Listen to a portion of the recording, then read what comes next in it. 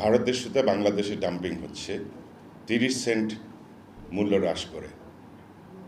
ক্রমশই আমাদের মিলগুলো রুগ্ন হয়ে যাচ্ছে। গত 22 মাসে ইন্ডিয়া থেকে সুতা ইম্পোর্টের প্রবৃদ্ধি হার হয়েছে 137%।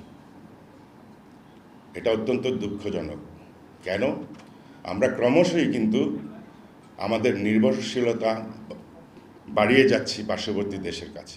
রোববার রাজধানীতে বাংলাদেশ টেক্সটাইল মিল অ্যাসোসিয়েশন আয়োজিত মতবিনিময় সভায় এসব আশঙ্কার কথা জানান ব্যবসায়ীরা। আমাদের নির্ভরশীলতা এত অসম প্রতিযোগিতার কারণে দেশে ইতোমধ্যে 50টি স্পিনিং মিল বন্ধ ও প্রায় 2 লাখ শ্রমিক বেকার হয়েছেন বলেও দাবি বিটিএমই সভাপতির। এই পর্যন্ত আজ অবধি 50টা মিল বন্ধ হয়ে গেছে।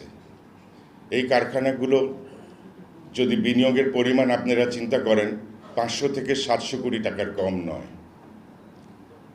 2 লক্ষ কর্মসংস্থান।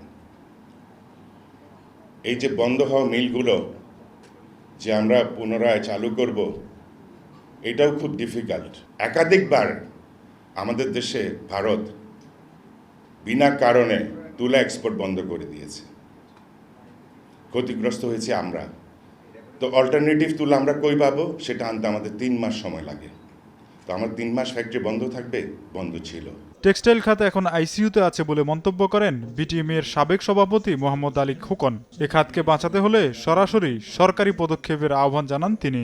টোটাল আমরা যদি বাইরে থেকে সুতা নিই সেখানে ভ্যালুয়েশন 25 থেকে 30% হয়। আর আমরা যদি লোকাল সুতা ব্যবহার করি নিজের তুলা সুতা থেকে সেখানে 55 থেকে কোনো ক্ষেত্রে ভালো ফ্যাশন ডিজাইনের ক্ষেত্রে 60% ভ্যালুয়েশন হয়।